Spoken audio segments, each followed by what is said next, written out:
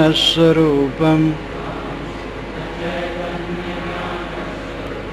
अजराहम् अमराहम् अखण्डम् अनूपम्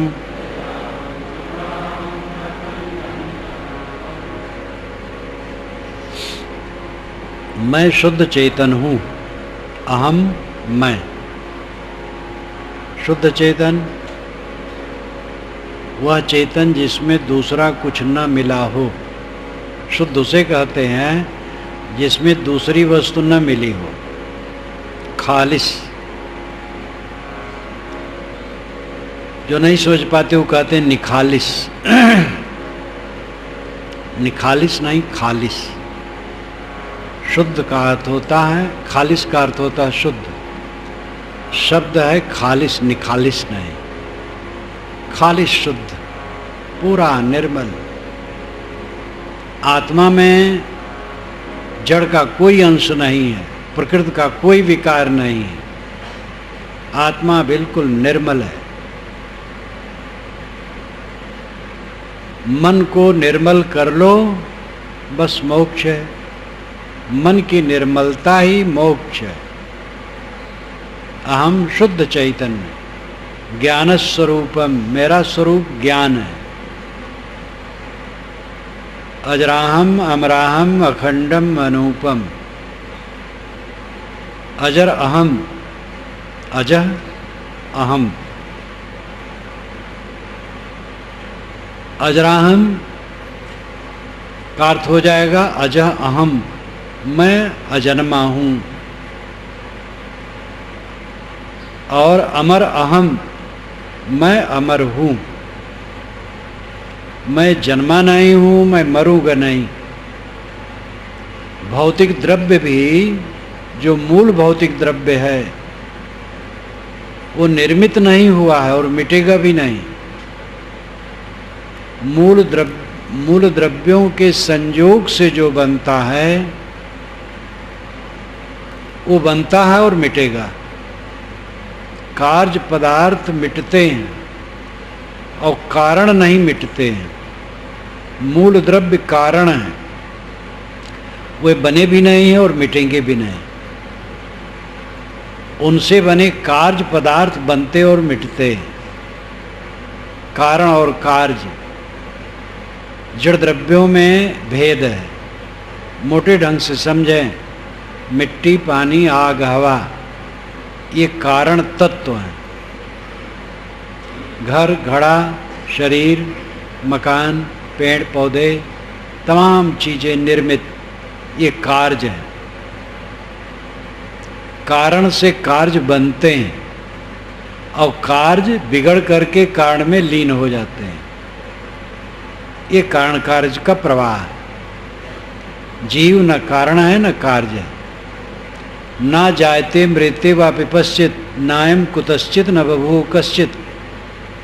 अजो नित्य शास्त्रोयम प्राणो न हन्यते हन्यमाने शरीरे। ये उपनिषद का वचन है। ना जायते ना मृत्य, आत्मा न जन्मता है न मरता है। ना जायते मृत्य व विपश्चित, विपश्चित कहते हैं पंडित को, लेकिन यहाँ विपश्चित का अर्थ है ज्ञानवान आत्मा। ये ज्ञानवान आत्मा न मरता है न जन्मता है। नायम कुतश्चित न बभू कश्चित। ना अयम, ना यह, कुतश्चित किसी से, बभू पैदा होता है, कश्चित कोई। कुतश्चित और कश्चित, कुतश्चित किसी से, कश्चित कोई। न बभू, नहीं पैदा होता है। ये आत्मा ना तो दूसरे आत्मा से पैदा होता है, न किसी परमात्मा से पैदा होता है, न जड़ तत्व से पैदा होता है। ये तो अपने आप है। नायम कुतश्चित न बभू कश्चित, इस मंत्र की जान है इतना अंश। नायम कुतश्चित न बभू कश्चित, जो अंशांशी की कल्पना है, ये संप्रदाय की बात है। ईश्वर अंश, जीव अविनाशी, ये विशिष्टाद्वैत मत की बात है। वैष्णव लोग ही जो द्वैतवादी हैं इसको नहीं मानते हैं। ममैवांसे जीवलोके जीवभूत सनातना, गीता में भी कहलवाया गया है कि जीव सब मेरे अंश हैं। ये भी विशिष्टा द्वैत मत जैसा ही है। जीव ईश्वर का अंश है, ये हिंदू समाज का एक संप्रदाय मानता है, सब संप्रदाय नहीं मानते। अयोध्या में ही रहने वाले वैष्णव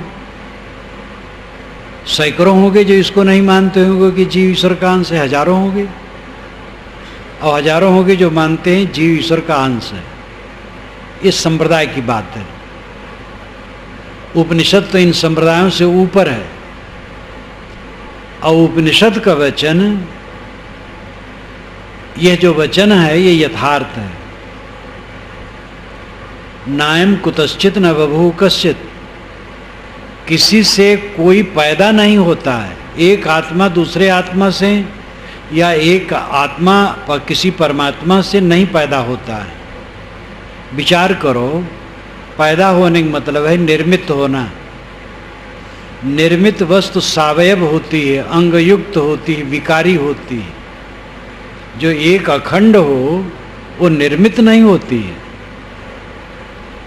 तो आत्मा एक अखंड है, वो निर्मित कैसे है? इसलिए वो पैदा नहीं होता है किसी से, और उससे कुछ नहीं पैदा होता है। अजो नित्य शाश्वतम पुराणों, यह अजन्मा है, शाश्वत है, पुराण है, निसदा से है। न हन्यते हन्यमाने शरीरे, शरीर के मर जाने पर ये नहीं मरता। आत्मा अमर है। भौतिक द्रव्य भी नित्य हैं। जड़ और चेतन, प्रकृति और पुरुष, ये दोनों नित्य हैं, दोनों मूल हैं। मूले मूला भावाद मूलम मूलम, ये कपिल जी महाराज का वचन है। मूले मूला भावाद मूलम मूलम, मूल में मूल न होने से अमूल होता है मूल। पेड़ की जड़ होती है, जड़ की जड़ नहीं होती। जड़ बिना जड़ की होती है। पेड़ की जड़ है लेकिन जड़ की जड़ नहीं है। जड़ चेतन ये सबके मूल हैं, लेकिन जड़ चेतन का कोई मूल नहीं है, कोई जड़ नहीं है। जड़ चेतन अमूल है, स्वयंभू है, सदा से। जड़ दृश्य है, चेतन दृष्टा है। जड़ दिखाई देता है, चेतन देखता है, और देख देख करके रीझता है, और रीझ रीझ करके खींचता है और दुख भोगता है। जो कहता है मैं हूं, वो कौन है? चेतन। सदगुर कबीर ने कहा है, बंदे कर ले आप निबेरा, आप जियत लखु, आप ठौर करु, मुए कहाँ घर तेरा। यही अवसर नहीं चेते हो प्राणी, अंत कोई नहीं तेरा। काहे कबीर सुनो हो संतो, कठिन काल को घेरा। आए बंदे, तू अपने आप का छुटकारा कर ले। बंदे कर ले आप निबेरा, आप जियत लख, जीते जीते अपने को देख कि तू कौन है। अब आप ठौर कर, अपनी जगह बना, स्थित बना। मुए कहाँ घर तेरा, मर जाने के बाद तेरा घर कहाँ होगा? अभी तो घर बनाया है नया पारा में या और जगह, लेकिन शरीर तो आजकल में छूटने वाला है। तब तुम्हारा घर कहाँ रहेगा, इसका पता लगाते हो? ये तो बहुत क्षणिक घर है, बहुत जल्दी ये खो जाने वाला है। और इसमें रहते रहते भी कितना जोर से परिवर्तन होता है। अभी राष्ट्रपति पद का चुनाव हुआ है पिछले महीने, और अबुल कलाम का कार्यकाल खत्म हुआ।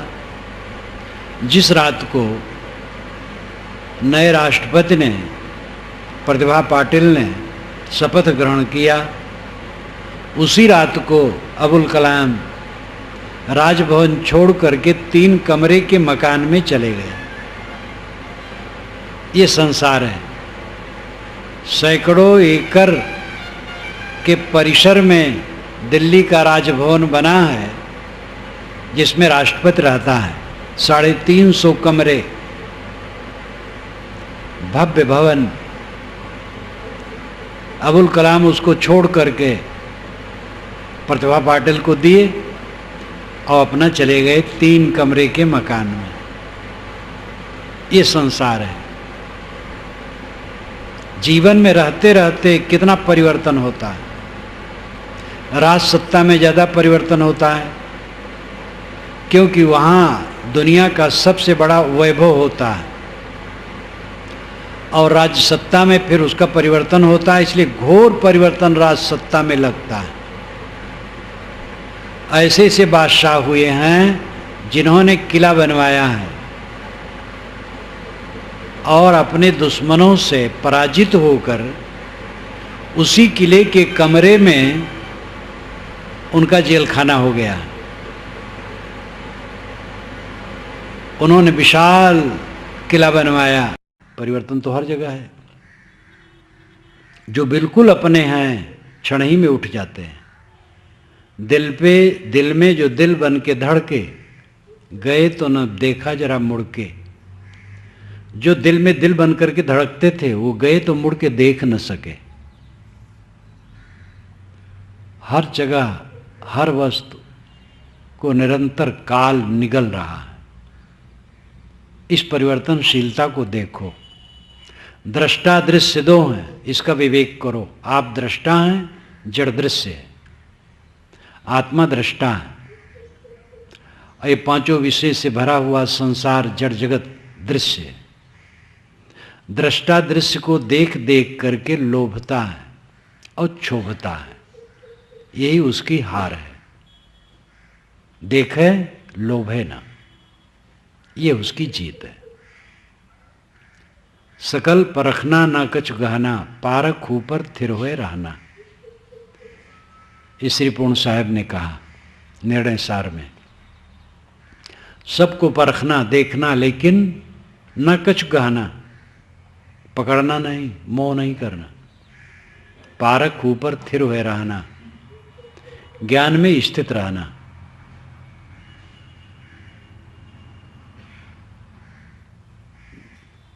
आध्यात्मिक ज्ञान का अर्थ यही है। अपने को पहचानो, अपनी तरफ लौटो, दृश्य जगत में उलझो ना। सब लोग अपने अपने शरीर की कल्पना करें, बचपना की याद करें। वो बचपना कहाँ गया? मैं अपने बचपना की एक चर्चा किया करता हूँ। इतना ही टाइम था। मेरी उम्र क्या होगी आप कल्पना कर सकते हैं। कई बच्चे हम खेल रहे थे। दाल भात रोटी सब्जी कढ़ी सब बनाई गई थी धूल की। बच्चे धूल का भोजन बनाते हैं,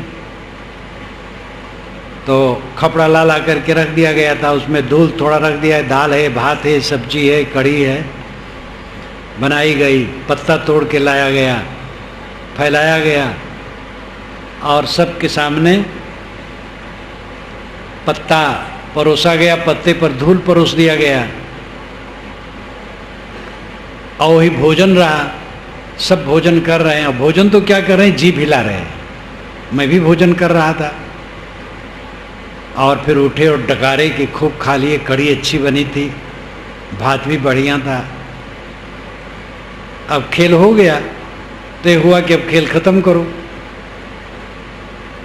तो जो घर बनाए थे उसको घर को बिगाड़ने लगे। तो बच्चे कहते हैं जो घर न बिगाड़े उसके घर में सांपे सांप। जो धूल से घर बनाते हैं तो बच्चे कहते हैं जब उसको बिगाड़ते हैं, जो घर न बिगाड़े उसके घर में सांपे सांप। जो घर को नहीं बिगाड़े उसके घर में सांप बहुत हो जाएंगे। तो सब बच्चे उसको बिगाड़ते हैं। बिगाड़ के भाग गए। मैं भी आया माता के पास। मैंने कहा माता जी भूख लगी है, भोजन दे दो। तो वे हंसी, कहीं अभी तुम खाए हो, डकार रहे थे, भूख कैसे लग गई? मैंने कहा वो तो झूठे था।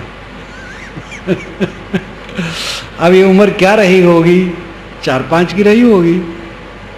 जो हो वो कहाँ गया। तरुणाई आई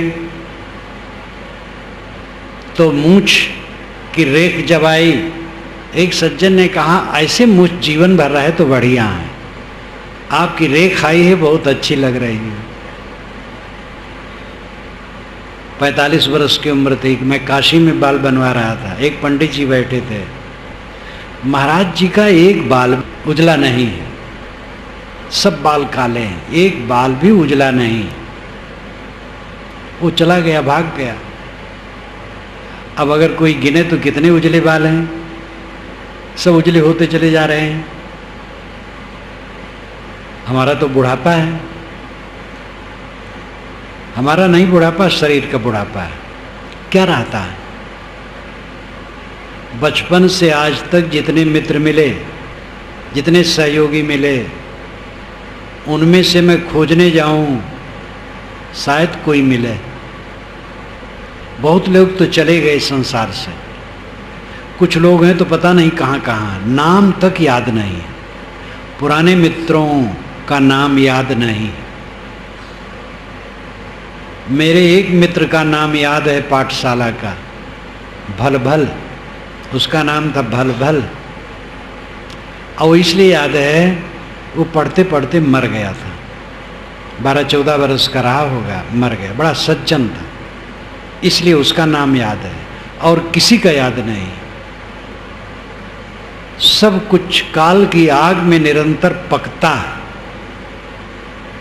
यहां सच क्या है? सच मैं हूं, जो कि मैं इन परिवर्तनों को देखता हूं और अपरिवर्तित रहता हूं। इसी प्रकार मैं कहने वाले जितने हैं सब सजाती हैं, वे सब सच है। आत्मा सच है। मैं आत्मा हूं, आप भी मैं हैं, आप भी मैं हैं। आत्मा सच है। अब आत्मा के सामने जो कुछ पसारा है वो बदलता है, स्थिर नहीं। और उसी को हम पकड़ने में कस के लगे, पानी की बुलबुली को पकड़ करके स्थिर रखना चाहते हैं। सपना में मिले मित्र लोग, नींद खुली, उनके लिए रोए, कितना अज्ञान है। सपने झूठ होते हैं, ये सपने भी झूठ हैं, थोड़े दिन के लिए सच लगते हैं। पीढ़ी दर पीढ़ी भागती चली जा रही है, सब खोता चला जा रहा है। हमें जगने की जरूरत है। दुख कहाँ है? दृश्य को देख देख करके रीझना और खींचना, यही दुख है। दृश्य को देख करके रीझना नहीं, खींचना नहीं, यही अपनी स्थिति है। रीझ खींच दोनों बंद। रीझोगे तो खींचोगे, जितनी मात्रा में रीझोगे उतनी मात्रा में खींचोगे, और जितनी मात्रा में नहीं रीझोगे नहीं खींचोगे। धन्या खलु महात्मानो मुनयः सत्य सम्मता, जितात्मानो महाभागा येषां न अस्ता प्रिया प्रिय। ये सीता जी कहती हनुमान जी से लंका में, प्रथम मिलन में, वाल्मीकि रामायण में आता है। हनुमान जी ने राम जी की चर्चा की। पहले तो सीता जी को विश्वास नहीं हो रहा था, एक ऐसा प्राणी है, सामने आ गया। धीरे धीरे विश्वास हुआ तो व्याकुल हो गई सीता जी, दुखी हो गई। उसी बीच में ये श्लोक आता है, बहुत मार्मिक है। धन्या खलु महात्मानो मुनयः सत्य सम्मता, जितात्मानो महाभागा येषां न अस्ता प्रिया प्रिय। वे मुनि जो सत्य में लीन है, जिनको न कुछ प्रिय है न अप्रिय है, मननशील हैं, आत्मरत हैं, आत्मलीन हैं, धन्य है। वे सोचती हैं कि हम कहीं मन लगाए हैं, दुनियादारी में फंसे हैं, इसलिए रो रही हैं, दुखी हैं। वे संत धन्य हैं, मननशील धन्य हैं, जिनको न कोई प्रिय है न अप्रिय है, न मिलने की चिंता न बिछुड़ने की चिंता, सत्य में स्थित हैं, आत्मा में लीन हैं, वे धन्य हैं। ये सीता जी के मुख से निकलता है। धन्या खलु महात्मानो मुनयः सत्य सम्मता जितात्मानो महाभागा ये सामना अस्ता प्रिया प्रिय। दुख से छूटना चाहो आसक्ति छोड़ो, जो दिखाई देता है उसमें लोभ मोह न करो, विवेक से बर्ताव करो। जीवन जीने का मतलब है अनासक्त होकर के जीना।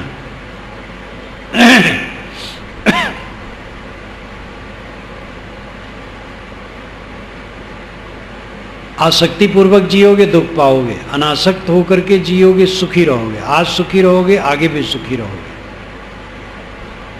शरीर का मर जाना मेरे अस्तित्व का समाप्त होना नहीं है। शरीर का वियोग हो गया, शरीर बिखर गया, आत्मा नित्य है। जिन जड़ तत्वों से शरीर बना वो जड़ तत्व भी नित्य हैं। दुनिया में एक छोटा अंश भी समाप्त नहीं होता है और नया कुछ बनता नहीं है। जो है सो है, पहले था आज है आगे रहेगा।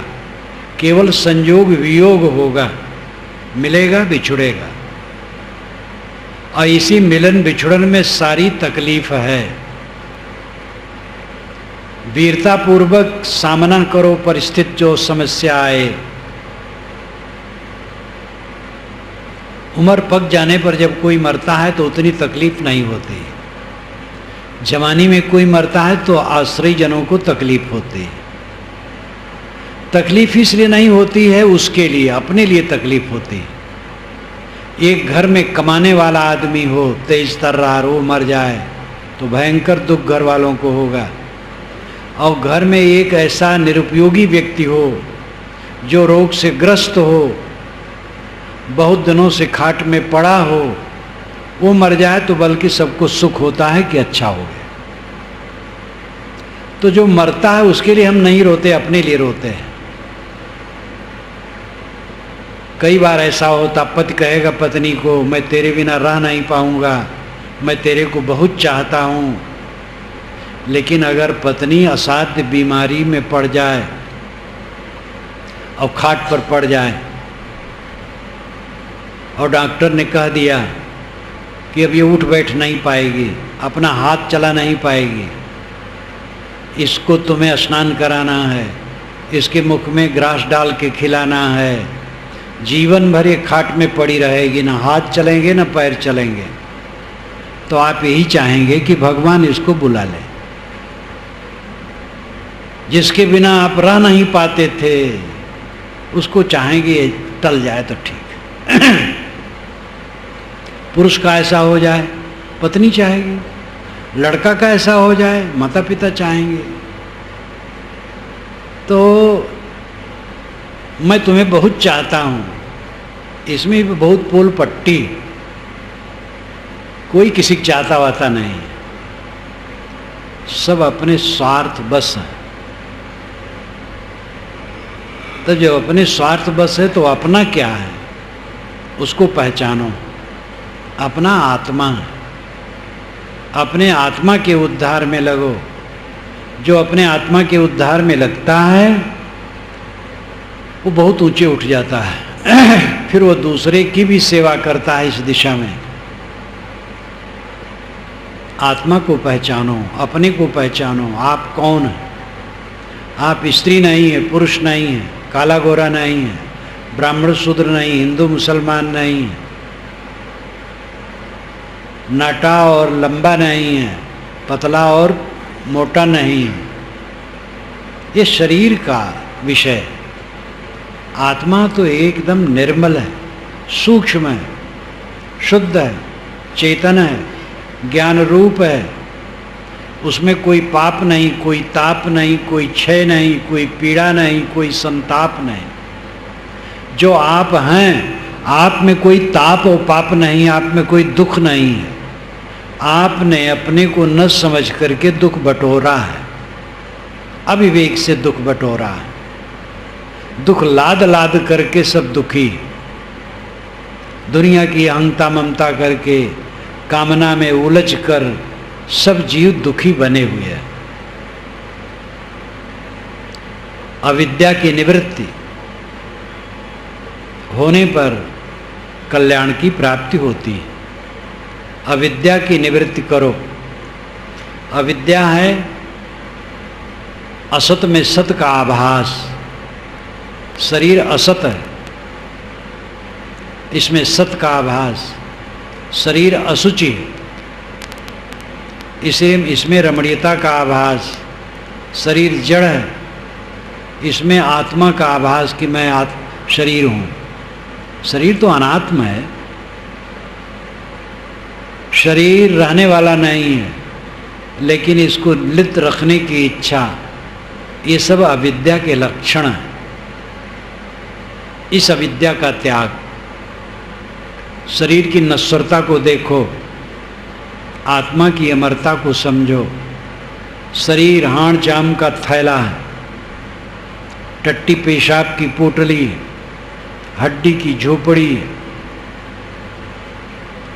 बीमारियों का घर है, उद्वेगों का घर है, नासवान है।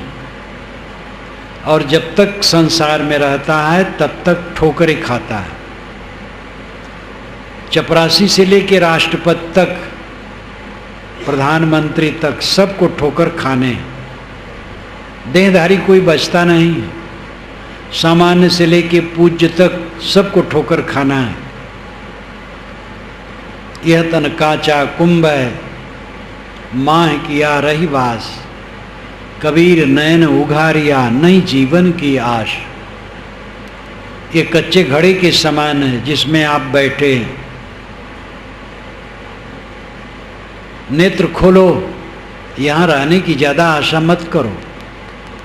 जो समय मिला है उसमें अपने आत्मा का कल्याण कर लो। अपने मन को सबसे छुड़ा लो। अपने मन को चारों तरफ जो फंसा फंसा के रखे हो मोह माया करके, उससे निकालो। आदमी जितना अविद्या और माया में ग्रस्त होता है उतना वो पाप करता है। जितना अधिक महत्वाकांक्षी होगा उतना वो क्रूर और कुकर्म करेगा। जिसकी महत्वाकांक्षा कम होगी वो उपद्रवी नहीं होगा। महत्वाकांक्षा एकदम शून्य हो, वो तो जीवन मुक्त स्थित है। क्योंकि जीवन मुक्त के लिए, ज्ञानी के लिए दुनिया में कुछ ऐसी वस्तु ही नहीं है जो पाने योग्य है। पाने योग्य तो आत्मा है और नित्य प्राप्त है। और क्या पाना है? ऐसी चीज की लालसा करे जो आज है और कल नहीं है, अभी अभी मिले और अभी भी खो जाए। जब नचिकेता ने यमाचार्य से कहा, कठोपनिषद में एक कहानी आती है कि महाराज मुझे बताइए आत्मा क्या है, तो उन्होंने कहा ये मत पूछो, ये बड़ा गूढ़ विषय है, इसको छोड़ो। राज ले लो, स्वर्ग ले लो, ऐसे पुत्र पौत्र ले लो जो 100-100 वर्ष जिए। ये सब की जब रचना हुई है तो करोड़ों अरबों वर्ष जीने की कल्पना नहीं थी। ईमानदार थे लोग। वेदों में हर जगह 100 वर्ष जीने की कामना की गई है। कहीं कहीं सरदा शतात कहा गया है, 100 वर्ष से ऊपर।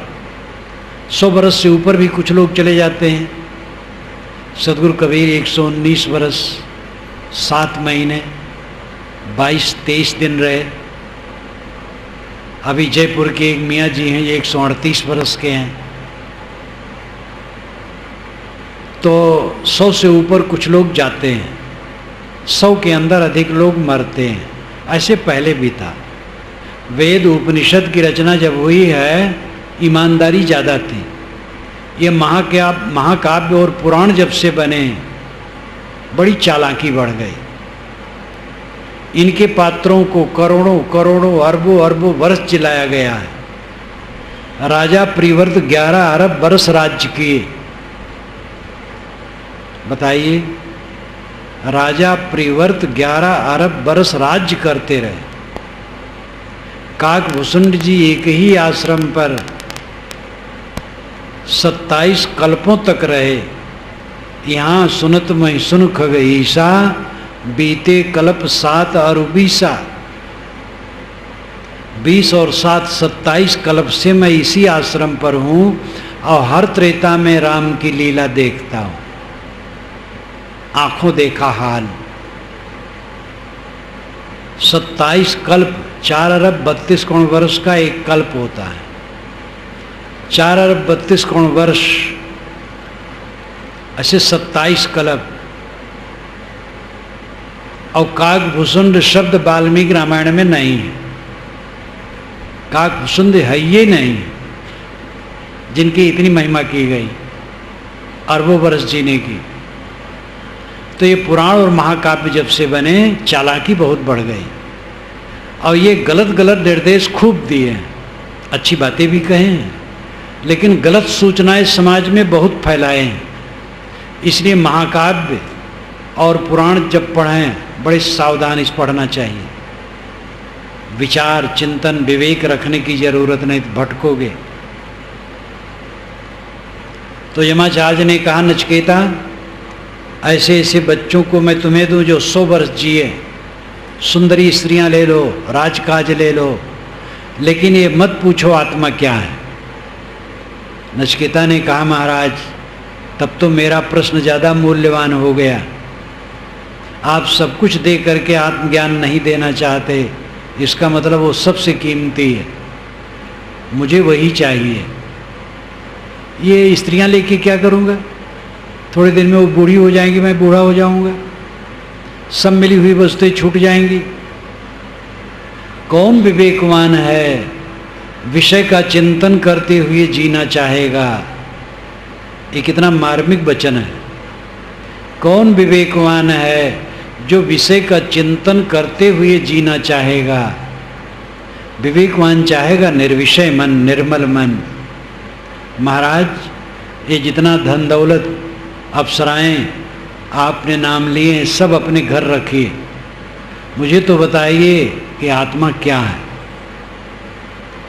तब यमाचार्य ने कहा, नचिकेता जिन सांसारिक भोगों से लोग मोहित हो जाते हैं और भटक जाते हैं, उसका तूने तिरस्कार किया, इसलिए तू वैराग्य वृत्ति वाला है, अनासक्त है दुनिया से, तू आत्मा के ज्ञान का अधिकारी है। मैं तुम्हें आत्मज्ञान दूंगा। तो फिर लंबा व्याख्यान हुआ है। उपनिषद सौरभ में इसको आप पढ़ सकते हैं। एक मंत्र लें, पूर्व एकादश द्वार मजस्यावकृत चेतसा अनुष्ठाय न सोचति विमुक्तश्च विमुच्यते एतद वही तत्। पूर्व एकादश द्वार मजस्यावकृत चेतसा, 11 दरवाजों का नगर है शरीर। 2 आँख, 2 नाक, 2 कान, ये 6, मुख 7, टट्टी और पेशाब की जगह 9, कपाल कुहर ब्रह्मरंध्र 10 और पेट में नाभि, ये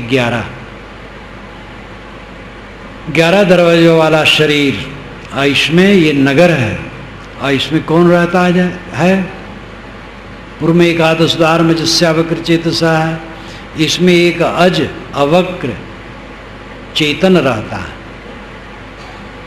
इस 11 दरवाजे वाले शरीर रूपी नगर में एक अजन्मा, शाश्वत, अविनाशी, सरल, शुद्ध चेतन आत्मा रहता है। अनुष्ठाय न सोचत, जब आदमी समझ लेता वही मैं हूँ, अब आत्मा का अनुष्ठान कर लेता है, आत्मचिंतन करता है, आत्मा की उपासना करता है, आत्मा में लीन हो जाता है, तो न सोचती, फिर वो चिंता से मुक्त हो जाता है। मैं तो देह नहीं हूँ। ये 11 दरवाजों वाला नगर है, इसमें मैं बैठा हूँ, ये तो टूट जाने वाला है और मैं तो अजन्मा हूँ, शुद्ध सरल चैतन्य हूँ, नित्य हूँ, शाश्वत हूँ। मेरा क्षय कहाँ, मेरा विकार कहाँ? ऐसी उपासना में जो लग जाता है, न सोचत, फिर वो चिंता नहीं करता है। विमुक्तश्च, जीवन भर वो मुक्त होके रहता है, दुख रहित, विमुच्यते, और शरीर छोड़ने पर वो सदा के लिए मुक्त हो जाता है। एतद वैतद है नचिकेता, जिसके लिए तूने पूछा है वो यही है। इस शरीर के अंदर में रहने वाला आत्मा अजन्मा, शाश्वत, शुद्ध बुद्ध, असुन तकत अड़ी आसना, पिंड झरोखे नूर, जाके दिल में हों बसा, सेना ले हुजूर। ये कबीर साहब की साखी। अंदर में एक तख्त है जो असुन्न है, सुन्न नहीं, असुन्न है। सत्ता, आत्म सत्ता वहाँ विराजमान है। पिंड झरोखे नूर, उसका नूर पिंड के झरोखे से बाहर विकीर्ण हो रहा है।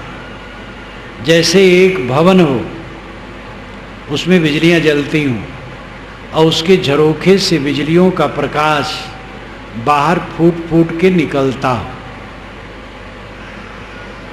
वैसे इस शरीर के अंदर में ये आत्मा ज्ञान स्वरूप बैठा है और इसका ज्ञान प्रकाश इंद्रियों द्वारा बाहर फैल रहा। जाके दिल में हों बसा, सेना लिए हुजूर। कितने ताम झाम से साहब कहते आत्मा के लिए, हाँ मैं, ये जो मैं तत्व है ये अपने ज्ञान की सेना लेकर करके हुजूर सम्राट सरकार के रूप में बैठा हुआ है।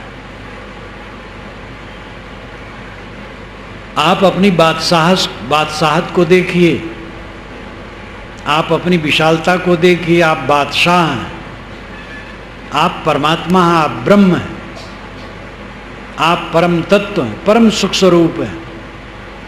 आप में कोई दुख नहीं है। आप तो अपने को देह मानते हो, ब्राह्मण शूद्र मानते हो, हिंदू मुसलमान मानते हो, स्त्री पुरुष मानते हो, ये कूड़ा कचड़ा को मानते हो, सुखी दुखी होते हो।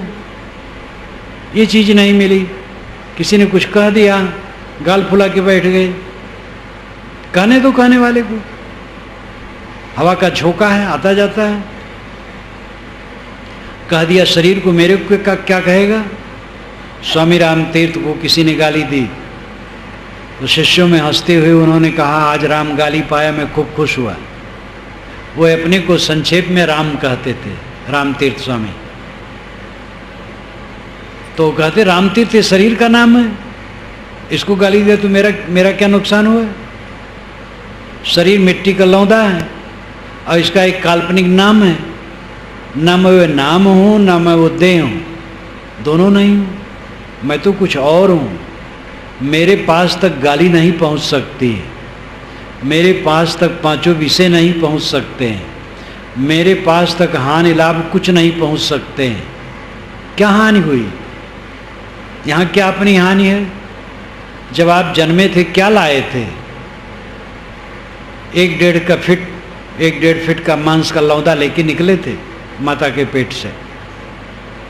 वो लौंदा बढ़ता चला गया और उसके किनारे और चीज़ें इकट्ठी होती गई और उसको समझते गए आपकी है, और छूट रही तो तड़फड़ा रहे हो। ये अविद्या का परिणाम है। ये देह धरने का तो एक ही फल है, जीवन भर दुख से मुक्त होके रहे। आप क्यों चाहते हैं कुछ सुख के लिए, और सुख मिलता नहीं। आज से 2300 वर्ष पूर्व अलेक्जेंडर, जिसको हम लोग कहते हैं महान सिकंदर, उसका पिता फिलिप्स मर गया।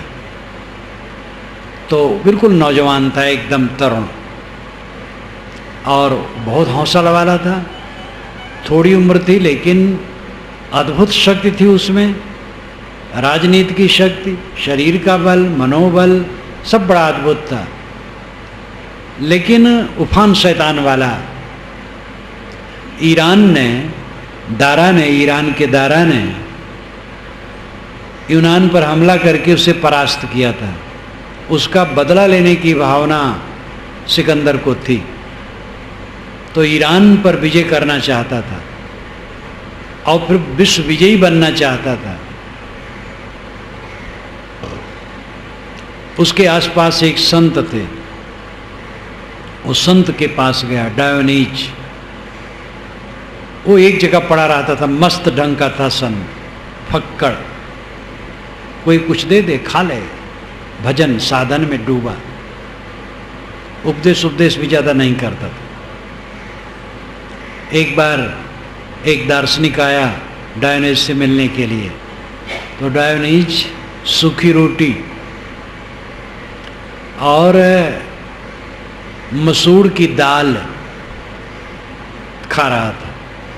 मसूर कोई बढ़िया दाल नहीं है, मसूर की दाल थी उबली हुई, और सूखी रोटी वही खा रहा था।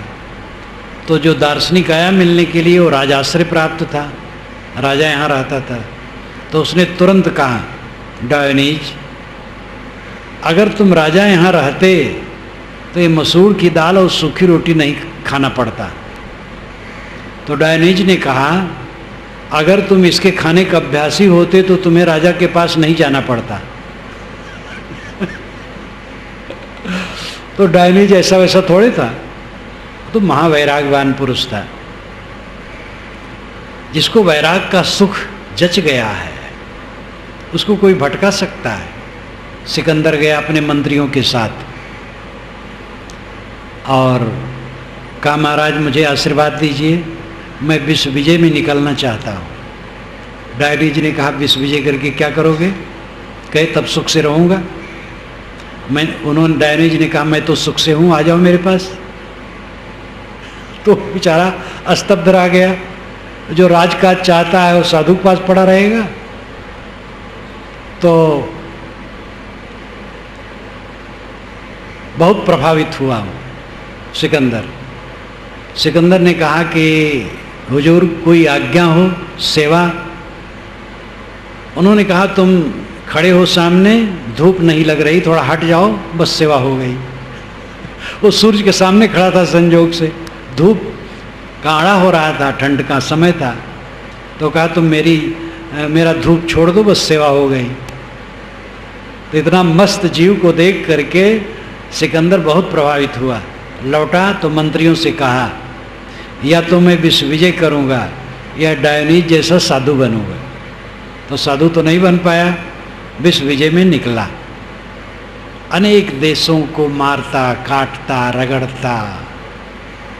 ऐसे छोटे छोटे देश जो आधा जिला से भी कम पर्वत पर है, चढ़ना मुश्किल, वो शैतान स्वयं चढ़ गया उस पर सेना को लेकर, अब वहाँ मार काट करके कब्जा कर लिया। जहाँ कब्जा करता अपना सरदार बैठा देता, आगे बढ़ता, फिर वो सरदार स्वतंत्र होते जाते। भारत, पश्चिमी भारत उत्तरी भारत में पहुंचा और पुर नाम के राजा से लड़ाई हुई। पुर हारे, लेकिन अंत में उनकी सेना थक गई थी और लगा कि ये भारत पर विजय करना मुश्किल है, और कथाएं हैं।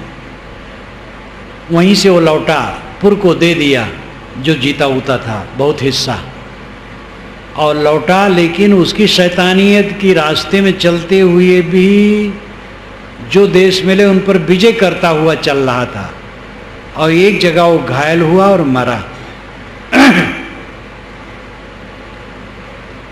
शक्ति उसकी अद्भुत थी, रचनात्मक होती बड़ा मंगल होता, विध्वंसात्मक शक्ति थी, सबको तबाह किया और अपना तबाह होकर मर गया।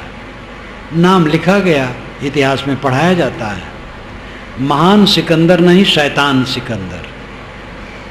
शक्ति उसकी अद्भुत थी, लेकिन शक्ति का दुरुपयोग था। तो उसमें एक बात ये महत्वपूर्ण, डायोनीज ने कहा, जब तुम विश्व विजय कर लोगे तब क्या करोगे? तो कहे, तब सुख से रहेंगे। तो कहे, मैं सुख से हूं, आ जाओ मेरे पास। सुख से रहना जीवन का फल है। सुख से कैसे रहोगे? जब मंत्री बन जाओगे, ऐसी बात है। गुरु बन जाओगे तब सुख से रहोगे, महंत बन जाओगे। मंत्री बनने के लिए लड़ाई होती है और गुरु बनने के लिए लड़ाई होती है। यहां तक धोखा देने वाले होते हैं महंती के लिए, हत्याएं तक कहीं कहीं होती हैं। धर्म क्या करे? धर्म का जो आचरण नहीं करेगा तो धर्म क्या करेगा? सब ऐसे नहीं होता है। ऐसे संत होते हैं जो गुरु नहीं बनना चाहते, महंत नहीं बनना चाहते हैं, वैराग करना चाहते हैं, लेकिन खोटे तो हर क्षेत्र में हैं। न तो गुरु बनने से शांति मिलेगी, न महंत बनने से, न मंत्री बनने से, न और कुछ बनने से। निर्मल मन होने से शांति मिलेगी, सच्चा सुख, सच्चा राज, स्वराज। जिसका मन निर्मल है वो स्वराट है और सम्राट है। स्वराट का मतलब अपना राज्य, सम्राट का मतलब संपूर्ण राज्य। जिसका मन निर्मल है, संपूर्ण राज्य है उसका। बड़ा सरल तरीका है बादशाह होने का। सब आप बादशाह हो जाओ, निष्काम मन के हो जाओ, निर्माण मन के हो जाओ, जहाँ रहो बादशाह हो। आपका नुकसान कभी कुछ है ही नहीं। क्या घट गया? ये दुनिया की वस्तुएं टूट फूट गई तो टूटने फूटना है। प्रिय का वियोग होना, अप्रिय का संयोग होना है, शरीर का जीर्ण होना है, साथी बराती का छूटना है। सारी वस्तुएं जो मिली उनको बिखरना है। इसको कोई पकड़ करके रोके रख सकता है? बिगड़ा क्या? आपका कुछ बिगड़ नहीं सकता, आपका कुछ विनश नहीं सकता। आपका नुकसान तीनों काल में कहीं कुछ है नहीं। अज्ञान से मान रहे हो कि मेरा नुकसान हो रहा है, मेरी हानि हो गई। हानि लाभ दो देह की झूठे, निज को जानी अमरते। ये विशाल देव की पंक्ति है। जब अपने अमर आत्मा का बोध होता है और इस बोध में साधक निरंतर जीता है तो देह के हानि लाभ दोनों झूठे लगते हैं। क्या हानि हुई, क्या लाभ हुआ? बचपन से कितनी हानियां हुई और कितने लाभ हुए, वे अस्मृत में भी नहीं है। कुछ कुछ मोटे मोटे हानि लाभ अस्मृत में आते हैं, बाकी सब भूल गए। और जो शरीर छोड़ दिए उनके हानि लाभ उनके शरीर के साथ चला गया। ये तमाशा है संसार। अपने आत्मा को पहचानो। आप अजर अमर अखंड शुद्ध बुद्ध निर्मल है। आप में बाह्य कोई लक्षण नहीं, केवल ज्ञान मात्र है। शाश्वत है, सदा है, दुखहीन है, सुख स्वरूप है, आनंद कंद है। अपने को पहचानो, अपने में लौटो। मन मस्त हुआ फिर क्यों बोले? हीरा पायो गांठ गठियायो, बार बार वाको क्यों खोले? हल्की थी तब चढ़ी तराजू, पूर्व भया तब क्यों तोले? सुरत कलारी भई मतवारी, मदवा पी गई बिन तोले। हंसा पायो मान सरोवर, ताल तलैया क्यों डोले? तेरा साहेब है घर भीतर बाहर, नैना क्यों खोले? कहत कबीर सुनो भाई साधो, साहेब मिल गए तिल ओले। मन मस्त हुआ फिर क्यों बोले? जब मन अपने में मस्त हो गया तो विवाद क्यों करे? बोलने के यहाँ साहब नहीं रोके हैं कि बुलबे न करे। वाणी मिली है, उसका उपयोग करो। कम बोलो, विवेक से बोलो, मीठा बोलो, सत्य बोलो, हितकर बोलो, कम बोलो। क्यों बोले का मतलब विवाद क्यों करे? विजानन विद्वान बहुते नातिवादी। ये भी जमाचार्य ने नचकेता को समझाते हुए कठोपनिषद में कहा। विजानन जो अच्छी तरह से जान लिया है, विद्वान ज्ञानी। बहुते नातिवादी, वो अतिवादी नहीं होता, बड़बड़ कर बात नहीं करता। तो मन मस्त हुआ फिर क्यों बोले? जब मन मस्त हो गया, आत्म तृप्त हो गया तो विवाद क्यों करे? किसी ने मुझे गाली दी, धन्यवाद। किसी ने मेरा अपमान किया, धन्यवाद। दुखी होने की क्या जरूरत? वहां दुख पहुंचता ही नहीं है। ऐसा अभेद्य किला बनाओ जिसमें दुख न पहुंचे। वो कौन अभेद्य किला है? विवेक का। हीरा पायो गांठ गठियायो, बार बार वाको क्यों खोले? हीरा मिला, गांठ में गठिया लिया, अब खोल के प्रदर्शन करने की क्या जरूरत? आत्मबोध मिल गया, आत्म तृप्ति मिल गई तो बता करके क्या होगा कि हम कृतार्थ हो गए? कृतार्थ रहो बस। आपको सब समझ नहीं पाएंगे, बड़ा मुश्किल है। बड़े बड़े संतों को दूर वाले नहीं समझ पाए, नजदीक वाले कितने नहीं समझ पाए। इसलिए इस मृग तृष्णा में ज्ञानी नहीं रहता है कि मुझे लोग समझ लें। हीरा पायो गांठ गठिया, बार बार वाको क्यों तोले। हल्की थी तब चढ़ी तराजू, पूर्व भैया तब क्यों तोले। जब आदमी हल्का रहता है तब वो चढ़ा ऊपरी की बात करता है, ऐसी बात कुछ करता है कि जिससे सिद्ध हो कि मैं बड़ा हूं दूसरा छोटा है। लेकिन जिसका मन तृप्त है, आत्म तृप्त है, वो तुलना में नहीं पड़ता। सब अच्छे, सब बड़े, हमसे तो सब बड़े, सबसे हम छोटे। अपने को सबसे पीछे नीचे किए बिना कोई मोक्ष नहीं पा सकता है। अहंकारी जीव तो जलेगा। हल्की थी तब चढ़ी तराजू, पूर्व भया तब क्यों तोले। श्रुत कलारी भई मतवारी, मदवा पी गई बिन तोले। ये श्रुत कलवारी मतवारी हो गई, बिना तौले मदिरा पी गई। मनमस्त हुआ की बात है, इसलिए मदिरा का रूपक है। ये मदिरा क्या है? आत्म तृप्ति का, आत्मानंद का, आत्म सुख का। आत्मानंद में इतना डूब गया कि मन मस्त हो गया।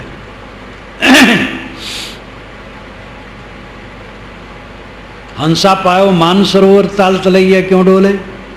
हंस मान सरोवर पा गया, अब ताल तलैया में कीचड़ भरे ताल तलैया में कौन डोले। मान सरोवर विशाल झील जिसमें गंदगी कोई नहीं, स्वच्छ जल है, वो मिल गया। हंस जब पा गया तो कीचड़ भरे ताल तलैया में कौन डोलेगा। हंस है आत्मा, मुक्त आत्मा, कृतार्थ आत्मा, विवेकी। जब मान सरोवर पा गया, निर्मल मन की स्थिति हो गई, तो राग द्वेष भरे संसार के कीचड़ में वो क्यों डोलेगा। सब साधक ध्यान दें। अगर मन में राग द्वेष आया तो कीचड़ में डूब गए। मान सरोवर में जियो, आप हंस हो। हंस अहम सह संस्कृत में होता है अहम सह। आ हटा दो, विसर्ग हटा दो तो हो जाता है हंस। अहम सह का संक्षिप्तीकरण हंस। हंस का मतलब मैं वह हूं जो चाहता हूं। मैं परमात्मा चाहता हूं, मोक्ष चाहता हूं, ब्रह्म चाहता हूं, कैवल्य चाहता हूं, परमानंद चाहता हूं। वो तो मेरा स्वरूप ही है। हंसा पायो मान सरोवर, ताल तलैया क्यों डोले। निर्मल मन हो गया, आत्मा में रमण, आत्मलीनता, आत्मकीड़ा, आत्मरति।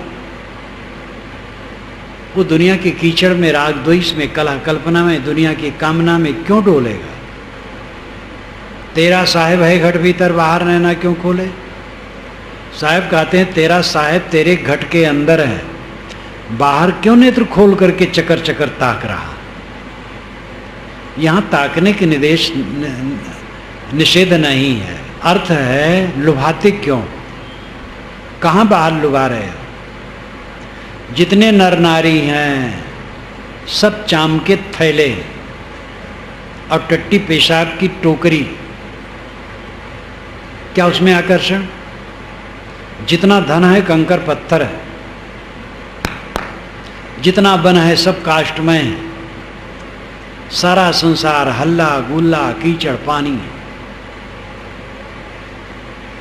इसमें क्या तुम आकर्षित हो रहे हो। कहां कौन सी चीज अच्छी है जिसमें तुम आकर्षित हो रहे हो। अपने पर ध्यान दो। तेरा साहेब है घट भीतर, बाहर नैना क्यों खोले। कहां तुम बाहर आकर्षित हो रहे हो।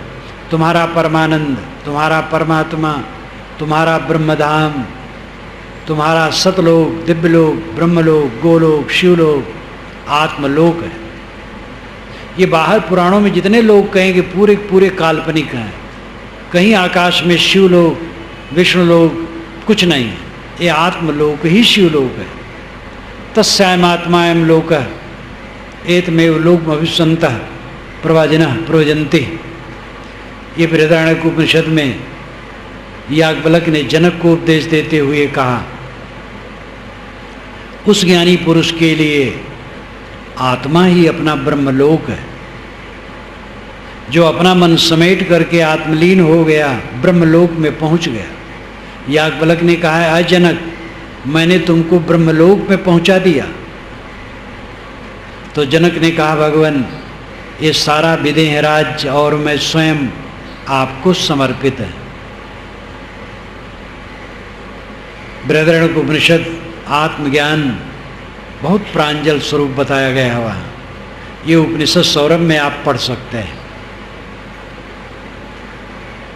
तो शिवलोक, गोलोक, ब्रह्मलोक, सतलोक कहीं बाहर नहीं है, आत्मलोक ही सतलोक है।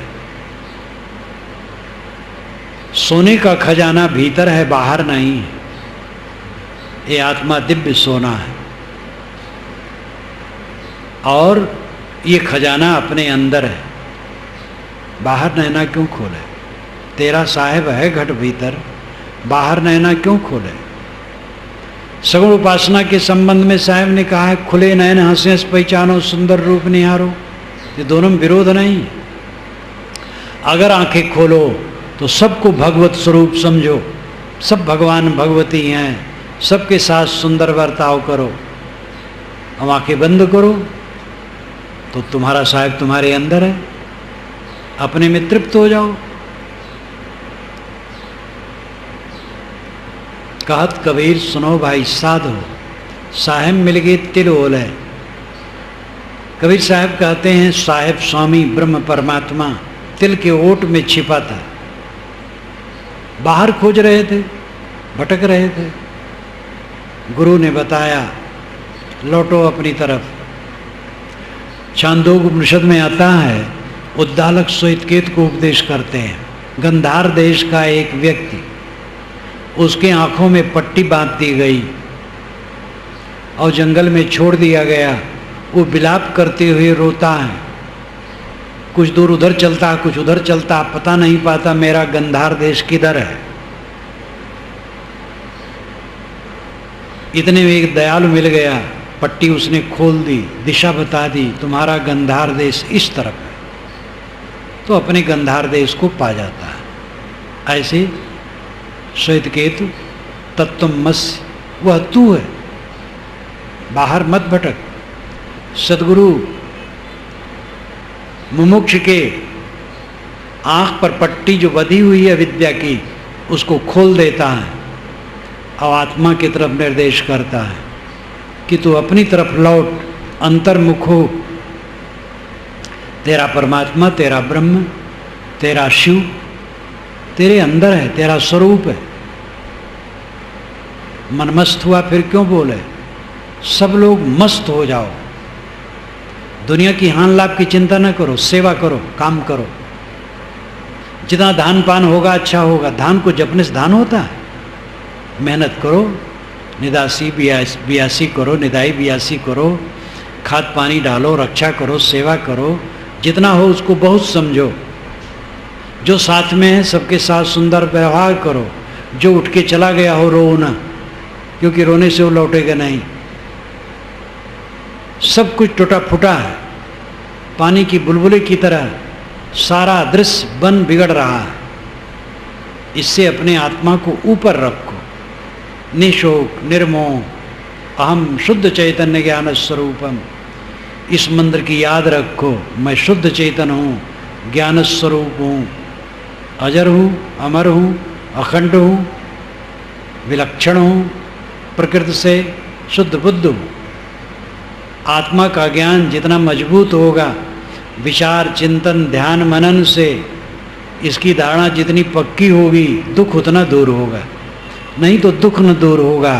पैसा बटोरने से दुख नहीं दूर होगा, बहुत विद्या पढ़ने से दुख नहीं दूर होगा, बड़ा पद मिलने से दुख नहीं दूर होगा, बाल बच्चे बढ़ जाने से, शिष्य शाखा बढ़ जाने से, मठ मंदिर बढ़ जाने से और अनुगामी बढ़ जाने से दुख दूर नहीं होगा, मंडलेश्वर जगत गुरु बनने से दुख दूर नहीं होगा। दुख दूर होगा जब मन का मोह मिटेगा, आत्मा के ज्ञान में आलोकित होगा, अपने आत्मा में लौट आएगा, अपने आत्मा में तृप्त हो जाएगा, आत्म क्रीड़ और आत्मरत हो जाएगा, आत्मा ही से क्रीड़ा करेगा, आत्मा में ही लीन होगा, आत्मा में ही तृप्त होगा, उसको परमानंद मिलेगा। जीवन का ही फल है, यही ऊंचाई है, दुखहीन मन से जीना। अपने मन को ऐसा बनाओ जिससे उसमें दुख पैदा ना हो।